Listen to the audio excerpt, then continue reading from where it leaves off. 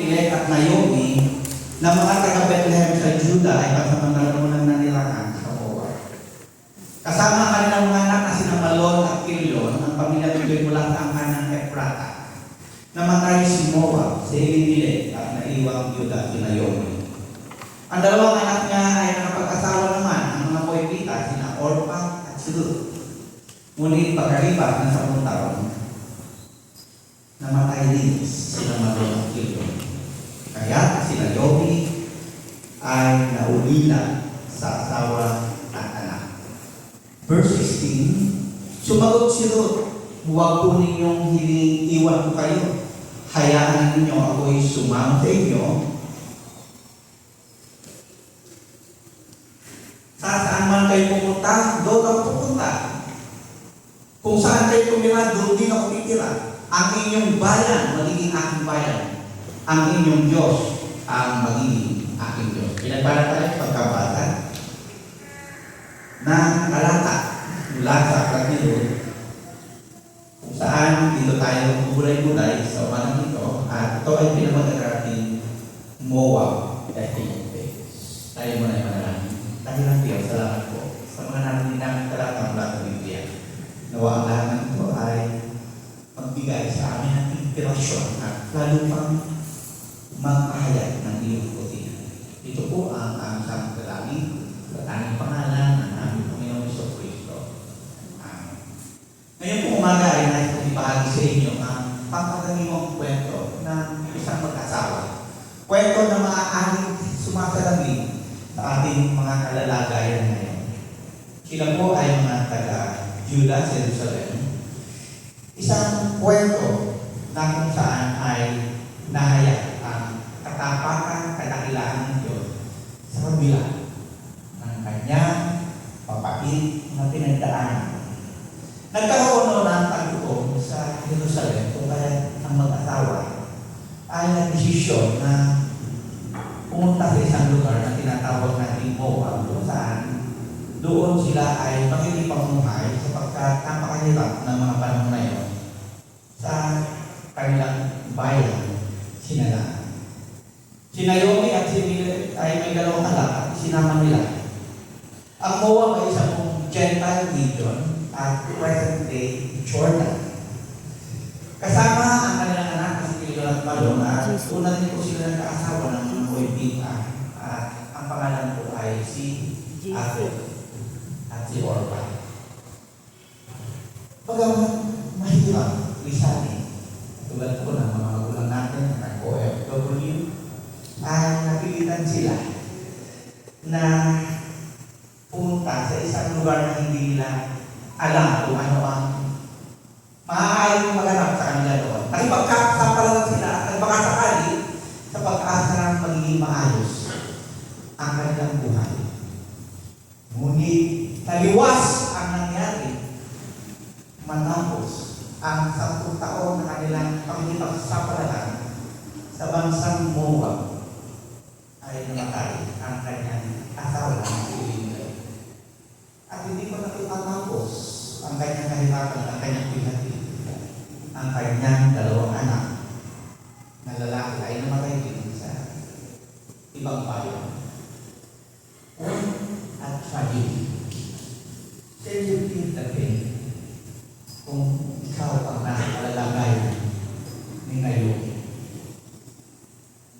Isang trahedya na gumimbal sa kanilang buhay. Mahirap dahil inaasahan na ang kanyang mga anak ayon sa tradisyon ang mag-aaruga sa kanyang pagtanda. Ang kanilang magandang plano ay napalitan ng dobleng kahirapan at pangulila sa kanyang mga mahal sa buhay. Minsan mga kapatid, may mga plan tayo na hindi umaayos sa ating inaasahan at sa takbo ng ating buhay. Minsan dumarating ang malalim na pagsubok, kapit-katian, kawalan ng direksyon, pagkakasakit, pagkalugi sa negosyo, at kung ano-ano pa. Paano kung hindi po nangyari ang iyong plano at ang iyong inaasahan, paano ka mag-uumpisa muli? Ngayong umaga ay ating pakinggan kung paano ang katapatan ng Diyos at ang kanyang pananampalataya ay nagbukas ng pintuan at paano sila nakabangon sa hirap na pinagdaanan ng ngayon. Nag-iisa na siya, ang kasama niya ay si Orpha at saka Sue. So nalaman nila yun na tapos na ang tagutom at tapos na rin ang political turmoil doon sa Bethlehem na kung saan ang Panginoon sa Kristo ay isinilang. May connection po ito, mga kapatid. Kaya sabihin mo sa kapatid mo, nakatabi mo, makinig ka. Maganda po ito, mga kapatid, napakaganda ito. Hindi po ito sa pagkakalimang istorya lamang sa Biblia. It has relation to the future Jesus Christ. Kinausap ni Naomi at si Orpha, huwag na kayong sumama. Dito na lang kayo at total, wala na yung inyong mga asawa na ang mga anak, malaya na kayo, pwede na kayo mga asawa. Pumayag si Orpha na manatili doon sa Moab at itong si Ruth ay nag-desisyon at pinilit na sumama kayo pauwi ng Bethlehem, ang bayan kung saan sinilang ang ating Panginoon. Ang sabi ko sa Luke 1:6, hayaan ninyo na ako'y sumama sa iyo. Saan man kayo pumunta, doon ako pumunta, at kung saan kayo tumira, doon din ako titira. Ang inyong bayan ay aking magiging bayan, at ang inyong Diyos ay aking magiging Diyos. Tapos, ang ilang araw na paglalakbay under the heat of the sun, at sa gabi ay malamig, sa disyerto ay muli nakabalik sila sa Bethlehem upang sila ay muli magsimula at babang. Sabihin po natin, babangon ako. Babangon tama kasi nanto na yung kakayo. Sa kanilang pagbalik sa Bethlehem ay wala silang lalaki ang dami. Wala silang bibig kung hindi ang sipag at ang malalim na papananampalataya na alam nila na hindi sila pababayaan ng Diyos. Ngunit sa kanilang puso at isipan ay may bibig sila na napakabigat na alaala na hindi maiwasan na iwan nila sa Moab dahil ito yung nakatatak ng kanilang puso at isipan. At doon nga po sa Bethlehem, mga kapatid, ay nagsimula ulit sila upang mabuhay. Yung iba kayo nyo, makakarinig dito sa buti. Si Ruth ay nakipamaya sa ibang lupain kung saan, sa isang bukid, ay namumulot siya ng mga buti. Nabubuhin yung mga nag-aani. Pupulutin mo yung buti upang may mauwi ka. Baka sakali, marami na ang kalahating sakang palay. Buti siya. Can you imagine? Mga pag-uwi ka. Mga mamuhan ka, mamumulot ka, susunod ka sa mga tauhan ng mga lumalapas. Isang mayaman ang nagngangalang Boaz ang nagmamayari pala ng palawang na lupain. Ang kalaunan mga kapatid ay na-discover nila na kamag-anak pala ni Elimelech na asawa naman ni Naomi. Ano sa tradition po, being a Hebrew woman ay meron siyang obligasyon na ihanap ng asawa, si Naomi, si Ruth na sumama sa kanya. At sa tradisyon noon ay yung malaking na kamag-anak. Hindi po totoo yun, nasa Egypt nagmula yung tradisyon. Sa Old Testament pa lang po, pinapatis na ang napapangatawag ay malaking na kamag-anak, apparently para hindi na lumabas ang yaman. Hindi nagtagal ay naging asawa niya si Boaz. At pinagkalooban sila ng isang anak na si Obed. Wala niyo na makita yung dito yun. Si Obed. Si Obed, ang kilala niyo si Obed, ano? At lubos silang pinagpala, mga kapatid. At tayo balik ang lupain ni Naomi na nawala ng pagtuto. Ganun din naman ay labis na pinagpala. Si Ruth kasama ang kanyang asawang si Boaz. Si Boaz po, isa sa pinakamayaman, may malawak na lupain. Nung mga panahon na yun. Sa mga naghahanap na kanilang magiging owas dyan, malapit na mga kapatid, huwag kang mawala ng pag-asa. Ano po yung mga aral na iniiwan sa atin ng introduction ko pala ng mga kapatid? Magkaroon tayo ng kalinawan at ang matutuwa sa inyo. Una ay kasama natin ang Diyos sa panahon na mahigpit ang pagsubok. Kasama natin ang Diyos. At yan po yung panghawakan. Naranasan nila yung ang literally maguto. Sabi ko na, pero pa naman pag-uto na naguto. Nabiyunan. Hindi pa natatakot na matayin ka na. Ang anxiety. Kahit kanina tumama ito, diba? Piling talaga. Ngunit sa kabila ng mahigpit na pagsubok na naranasan ni Naomi sa ibang bansa, at napakahirap, hindi siya iniwan ng Diyos. Inihanda niya ang isang doon upang siya ay samahan. Inihanda niya si Boaz na nakarecover dahil may economic turmoil during that time upang sila ay iahon sa hirap. It was God redemptive plan. Lalo na ito sa lahat.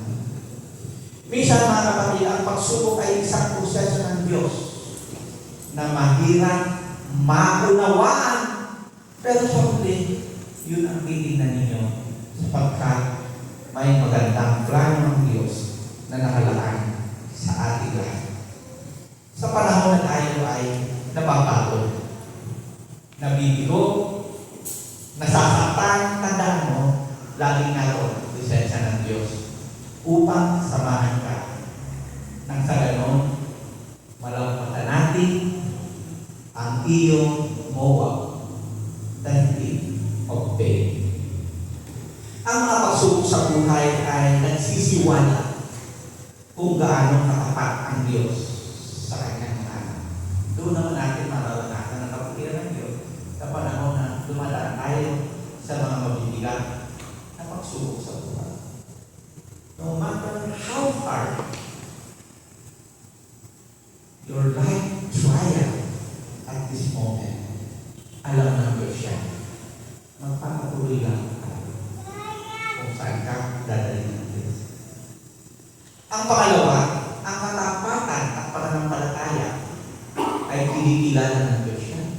Kaya huwag kang mapapagod, huwag kang magsatawa na magpatuloy sa paglilingkod. Pwede naman po bumalik siya sa kanyang sariling bayan at makasama na lang muli. Ngunit pinili niyang manatili kasama ang pamilya ng kanyang naging asawa. But that's very actually. Laging piliin ang pamilya. Ano man ang hindi pagkakaunawaan, sigalot at pagsubok na pinagdaraan ng bawat isa. Pamilya pa rin. Ang piliin mo. Piliin ng pamilya kaysa barkada at unahin ng pamilya kaysa sa sariling kapakanan. Higit sa lahat, nilalaan natin ang Diyos. Ang deklarasyon nito, ang Diyos mo ay aking magiging Diyos.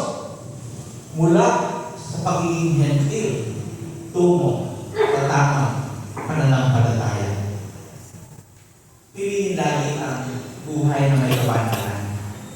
Kapagkat walang higit na magmamahal sa iyo kung hindi ang Diyos na humirang sa iyo. Walang sino man makakaunawa sa iyo na higit kung hindi ang sarili mong pamilya. Walang higit na magmamalasakit sa iyo kung hindi ang sarili mong magulang. Ang sabi nito, kung saan ka pupunta, doon din ako pupunta. Ang iyong bayan ay aking magiging bayan at ang iyong Diyos ay aking magiging Diyos. Kinikilala po ng ating Panginoon ang kapatahan niya sa iglesia at sa ating pamilya. Ang tunay na katapatan, mga kapatid, ay nakikita sa panahon na humaharap ang pamilya sa iba't ibang crisis. Sa mga panahon na humaharap, ang inyong pamilya na hindi pagkakaunawaan o mahigpit na pagsubok, mas lalo pa ninyong paigtingin ang pagdadamayan, pagkakaisa, at pag-unawaan sa isa't isa. Kung po kayo magpagawa ng electric fan at refrigerator, ang iba ninyo mga kapatid ay ang pag-unaw. Kapag ang tao ng umisan ay nanais lamang na pakinggan siya. Nagnanais lamang na maunawaan sa meron tayong mga bagay na hindi alam na nagaganap sa kanyang kalooban. Ang kailangan na ay ang kanyang makikinig. Ang kailangan na ay umupo kayo at samahan ng bawat sa pagkailangan. Iyon sila. Di ba? Pinili ang pamilya. Pwede na siyang magkasama ng mayaman. Pwede na siyang mag-stay sa kanyang bayan. Tinagis natin. Kaya may magandang plano ng Diyos sa kanya. Mula sa pag-iingintil, patungo sa tamang pananampalataya. Ang sabi ni Lord, kung saan ka pupunta, doon ka pupunta. Huwag kayong magkanya-kanya kapag umakalap ang pamilya.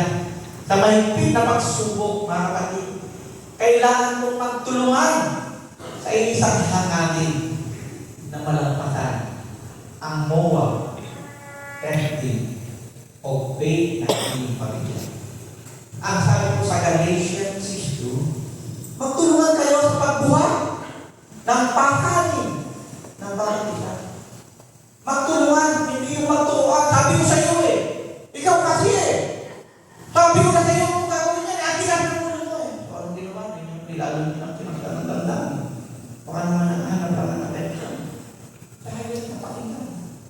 Let him talk. Kumusta ka na? Anak, napapansin ko yata. Hindi mo na pinakausap. Hindi ka yata nag-I love you sa akin. Para may pinagdadaan. Ang problema yung reaction natin ay puro negatibo. Hindi naman pwede lagi na lang ito ang makikita. Kung isang makinig din tayo. Pagtulungan sa pagbuhat ng pagkanin sa bawat isa. Sa gayong paraan ay matutupad ninyo ang kautusan ng ating Panginoong Hesus. At ang panghuli, pinararangalan ng Diyos ang may malinis na puso. Malinis na puso. Sa kabila ng maraming suluhan niya, sa kabila ng maraming pinagkatan, maraming mga tao niya, pilit nila inaakti. Dahil na magpakabuti sa gitna ng mga pagsubok ay lalo pang nagpapakasal. Pero sila, namatay ang asawa, nauwila, sa kondisyon, hindi siya pwede pumanig sa pamilya, sapagkat ang may obligasyon sa kanya ay yung kanyang tinipuan. So wala siyang joy. Ang joy niya, alam niya kung sino yung sasamahan niya. At hindi siya nagkamali kapag tinihanda na ng Diyos ang lupain na mag-aangat sa kanya sa kahirapan. Nang si Ruth ay namumulot ng tigo, hindi siya naghanap ng special na treatment o pabor. Sa halip, buong sipag at sinop niya, pinulot at pinagsamahan ang bawat puti. Nasa niyo ba yun? Mahirap po sitong mga nanguhan ka. Ikaw yung pinakamababa na yung kauhan doon sa kwan. Pero yung ikaw ay ang mamumulot pa. At nananalangin ka kung saan ang malaglag at pupulutin ko. Utin ba yung utin po yung mga kapatid. Pati matyaga siya sa gitna ng crisis at pakikipagpamuhay sa malayong lupain. Napansin ko ni Boaz yung kanyang kanabahan. At siya mismo ang nagtagubilin na sadyain na mayroong mga malalaglag na buti upang marami siyang mahanap. Alam ng Diyos ang pagiging masinod mo. Ginamit niya si Boaz. Actually, meron pang isang may karapatan.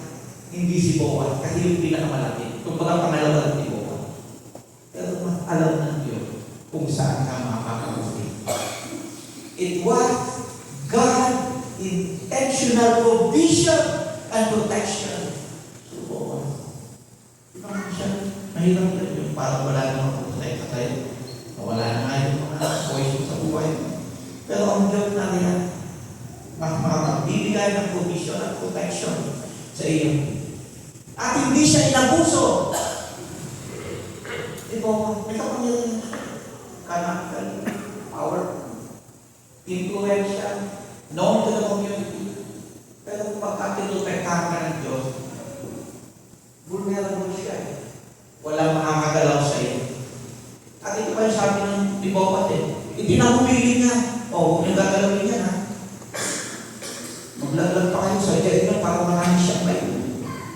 May paraan ng Diyos. Panahon na tayo na merong kahirapan. Itinaguyod ng Diyos ang tao na mumuhay ng may katapatan at malinis na puso. Hindi mo ito, mga kapatid, isang pangkaraniwang istorya lamang. Ang lahat ng ito yung plano ng Diyos mula sa Moab ay bumalik doon sa sariling bayan. Muling mag-uumpisa. At alam niyo po ba, mga kapatid, na nagmula sa lahi ni Boaz ni Ruth si Haring David na naging anak naman ni Obed. At ang naging anak ni Obed ay si Jesse. Na si Jesse ay may isang anak. Walang iba si Haring David. At mula kay Haring David, 14th generation ay si Maria na naging nanay o biological mother ng ating Panginoong Hesus. Can you see the history sa pagkilos ng ating Panginoon? Kasi sa kalalagayan ng ayaw mo na, pero ang Diyos wala. Simula ka na pumunta ka sa Moab, na kinalalagan mo ngayon, nakahanda ng bagong lupain para sa iyo. 14th generation, it was historically founded, architect by the Lord Jesus Christ. Isinilang kay Maria, Jesus na naging tagapagligtas natin lahat. God redemptive plan is from generation to generation. Kaya walang hindi kayang abutin ang kamay ng ating Panginoon Hesus Kristo. Nasaan ka man ngayon, anong kalalagayan mo kaya abutin? That's how God planned everything in our life. Gaano man kabigat ang iyong Moab, tinopay kaya ng Diyos na alisin ka dyan at mag-umpisa muli sa iyong promised land na ihanda ng Panginoon noon pa lang. Ang kwento ni Naomi Ruth ay paalala, mga kapatid, na kahit nasa gitna ng matinding pagsubok, ang Diyos ay kumikilos sa ating kalahitnan. Huwag po tayo mawala ng pag-asa sa gitna ng maraming pagsubok. Naka-plan na ang paghango ng Diyos sa iyong mahirap ng Moab experience. Sa ngalan ng